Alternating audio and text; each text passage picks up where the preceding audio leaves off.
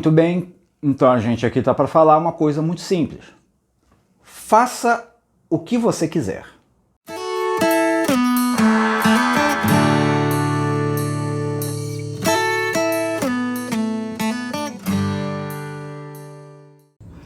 Se inscrevam no canal, ativem as notificações tocando o sininho, deixem seu like, deixem comentário.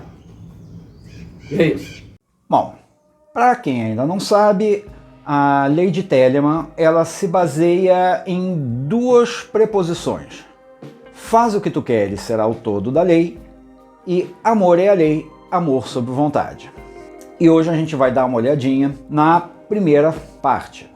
O faz o que tu queres. E como é que a gente vai olhar isso? Bom, como tudo dentro de Telemann, essa bodega tem 1.500.000 interpretações. Então hoje a gente só vai tecer umas ideias que, óbvio, você não tem a menor obrigação de aceitar, de acreditar. Aliás, eu gostaria muito que você rebatesse tudo que eu colocar aqui. É assim que funciona a Telemann, tá? Não existem verdades definitivas. Dito isso, a gente vai começar a ver essa questão do faz o que tu queres, será o todo da lei, em alguns aspectos. Vamos começar no aspecto individual, vamos passar para o aspecto da sua relação com o outro e vamos ver como é que isso fica em termos de sociedade em geral.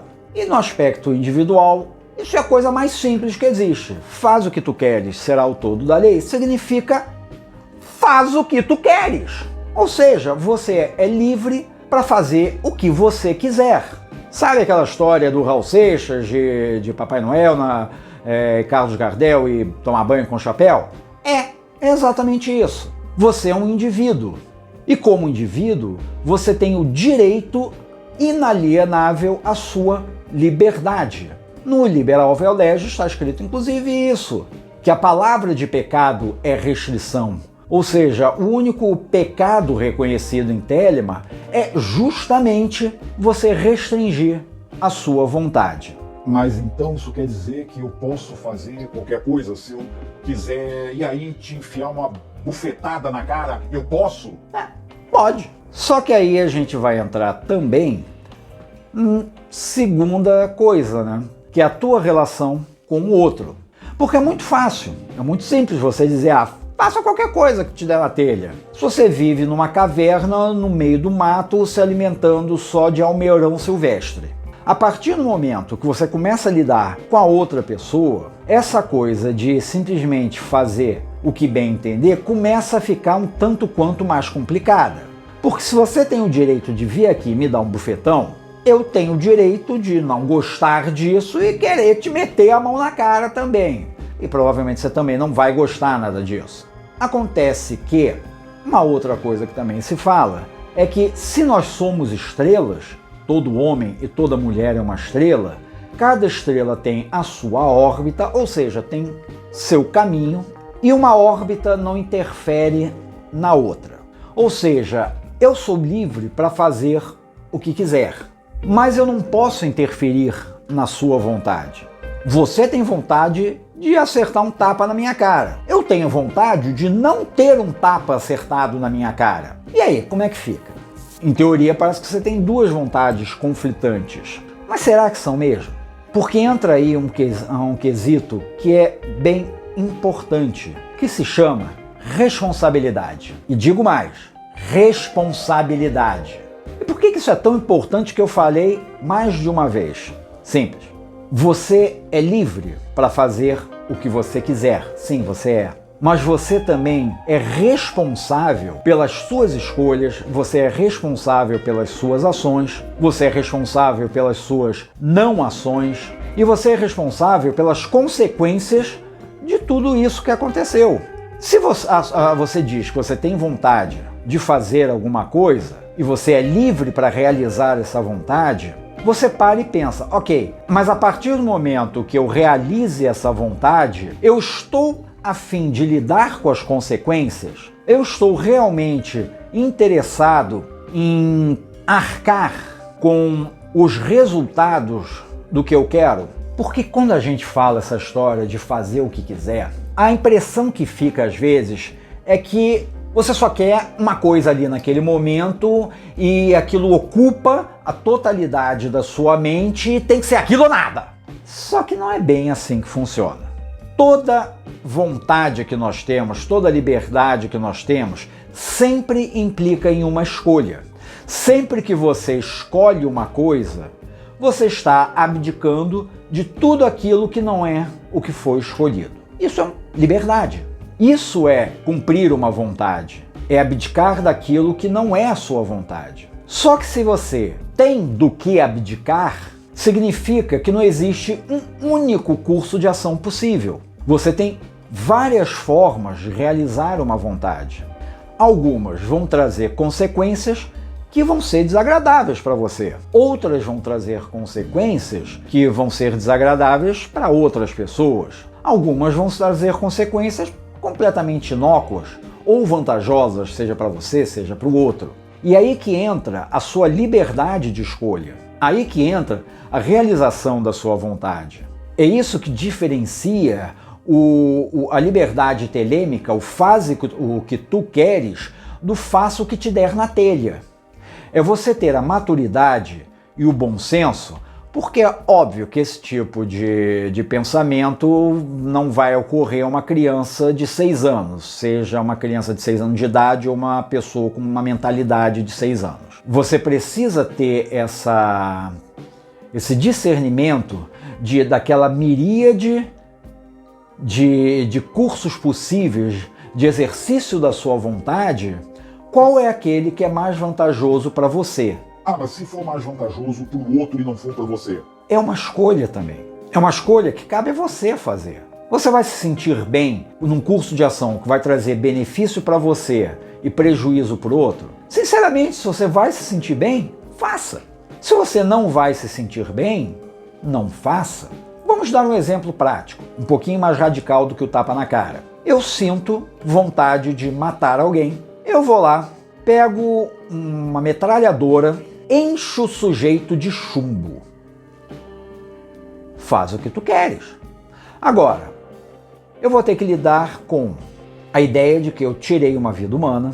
Isso pode ser extremamente desagradável para mim, seja na forma de remorso, seja na forma de questões éticas pessoais, algo que eu vou levar para o resto da vida. Então eu estou interessado em carregar esse peso na consciência?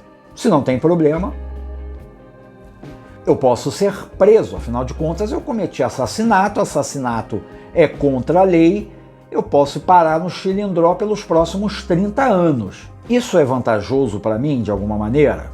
Não é? Então não vou fazer. Então eu estou me restringindo?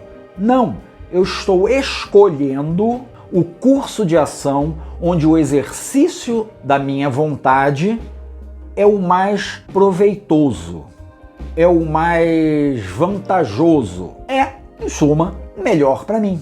E existe também uma outra questão, que é o seguinte: quando você fala a lei de Telemann, você não fala eu faço o que eu quero, você fala faz o que tu queres. O que isso significa? Isso significa que você está não chamando para si a liberdade de exercer a sua vontade.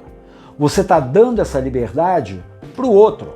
Você está dizendo para o outro, olha, você é livre para fazer o que você bem entender. Se eu gostar ou não, o problema é meu. Não é sobre a sua liberdade. Não é sobre você querer fazer o que você quiser. É sobre você entender que o outro tem a mesma liberdade. E quem dá para você essa liberdade não é você mesmo, é também o outro.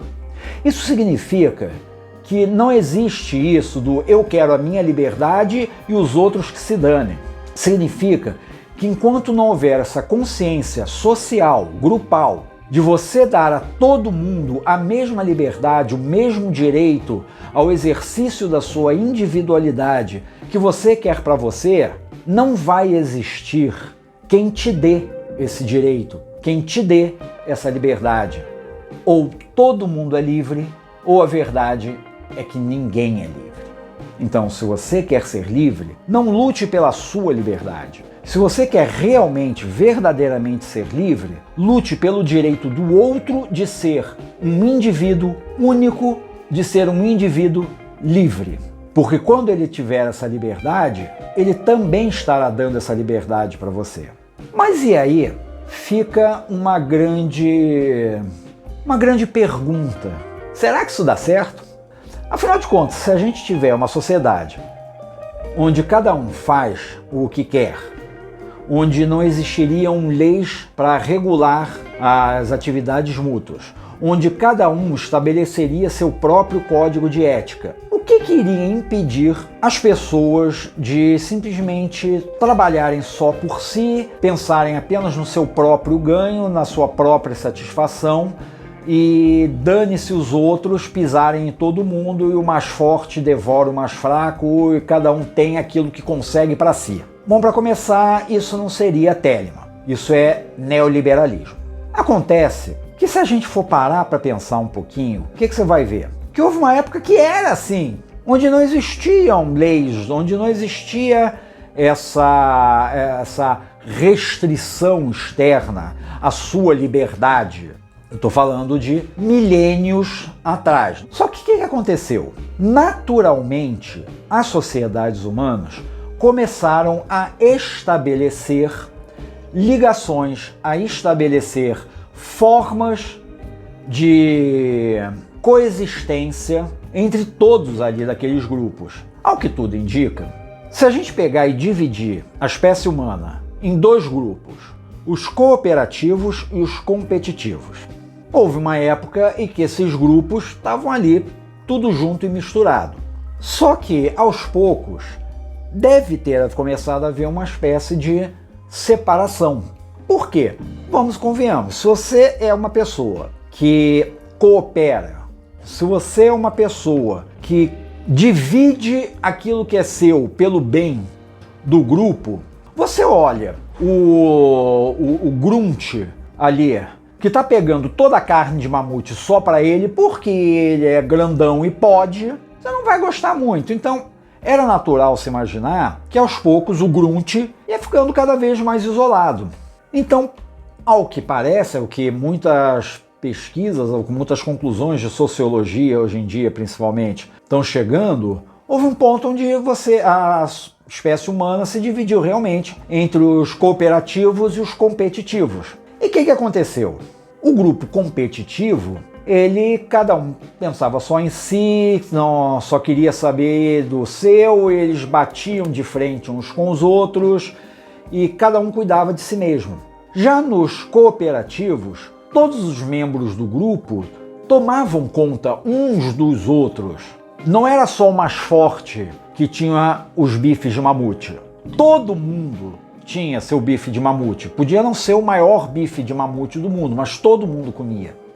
As crianças eram cuidadas por todos, não ao invés de cada um olhar para o seu próprio filho quando olhava. Com o tempo, essa sociedade cooperativa ela foi tendo mais sucesso. Ou seja, os descendentes daqueles indivíduos que tinham essa predisposição à cooperação, a trabalhar em sociedade, eles foram sendo mais presentes.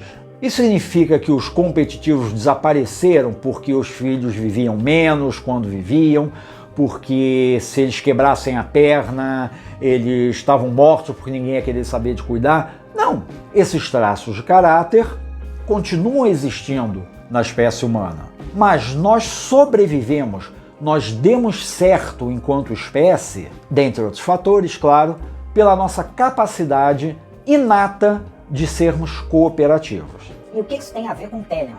Significa que uma sociedade telêmica, ainda que seja cada um fazendo o que quer, nós teríamos já esse pensamento do eu faço o que eu quero, mas eu também vou pensar no outro. E aí volta aquela importância, tá, do eu dou a liberdade para o outro, porque isso também é uma forma cooperativa. Isso significa que por mais estranha que seja a ideia de uma sociedade sem regras e sem leis, é também uma sociedade, a sociedade telêmica, onde existe o respeito ao outro. Eu só faço o que eu quero? Por que eu respeitaria o outro? Porque você está dizendo para o outro, faz o que tu queres. Você respeita a individualidade dele. Você respeita o direito dele ser quem é. Da mesma maneira que o retorno acontece. Você tem esse respeito também do outro. Porque sem essa maturidade, porque sem esse respeito mútuo, porque sem esse entrosamento social, onde cada um vê o outro como uma irmã, vê o outro como um irmão, vê o outro como um irmã, onde essas barreiras de gênero, de sexualidade, de cor de pele, elas caem por terra porque somos todos estrelas. Você tem uma sociedade, então, onde a liberdade, ela não oprime o outro. Muito pelo contrário. A liberdade, ela ampara o outro, ela acolhe o outro. E é por isso que se diz que um dos sonhos da sociedade telêmica é justamente uma sociedade onde essa fraternidade, essa sororidade, essa irmandade, ela se torne universal. É para hoje? Não, não é. É para amanhã? Não, não é. Mas, convenhamos, o Eon de Horus, né, o novo Eon, tem 100 e poucos anos. Está começando ainda. Falta muito para o ser humano como um todo entender essa necessidade da liberdade, do direito do outro, do olhar o outro como não um igual, porque nós somos estrelas individuais, mas como um semelhante a você. Alguém que tem os mesmos direitos, os mesmos deveres, a mesma responsabilidade de lidar com as suas escolhas, com seus atos, e de você introjetar essa responsabilidade também, de que você é responsável por cada coisa que você fez, por cada coisa que você deixou de fazer. Sem essa responsabilidade pelas suas escolhas, sem se tornar responsável pela sua própria liberdade, pela sua vontade, e sem dar essa mesma liberdade, esses mesmos direitos a toda pessoa com quem você se encontrar. Você pode bater no peito à vontade e dizer: eu sou telemita. Não é. Você é um hipócrita. Então, esse é o nível mais simples. Esse é o nível mais direto do conhecimento, da ideia do que seria a lei de Telemann. A primeira parte. Faz o que tu queres. Realize a sua vontade. Seja livre. Mas entenda que não existe liberdade sem responsabilidade. Uma responsabilidade para consigo e uma responsabilidade para com o outro. O outro que tem que ser tão livre quanto você. O outro que tem que ser um indivíduo capaz de atingir a sua máxima plenitude, tanto quanto você. O outro que não é um, mas que são vários. Porque unidos somos mais fortes. Enquanto confundirmos liberdade individual com uma individualidade egoística, enquanto a gente não olhar para fora tanto quanto a gente olha para dentro, isso não vai ser alcançado. Mas enquanto nós acharmos que nós devemos viver nossa vida para agradar cegamente a qualquer pessoa, apenas por um desejo egoísta de ser visto como alguém bom, alguém agradável, porque isso é apenas você alimentar seu ego.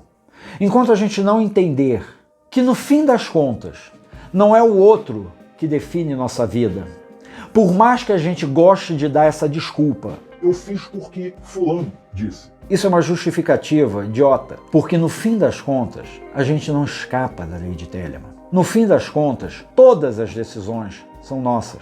Você sempre vai fazer aquilo que você quer, mesmo que você não se dê por conta disso. Essa é a grande verdade telêmica. Como já foi dito, nós estamos condenados à liberdade.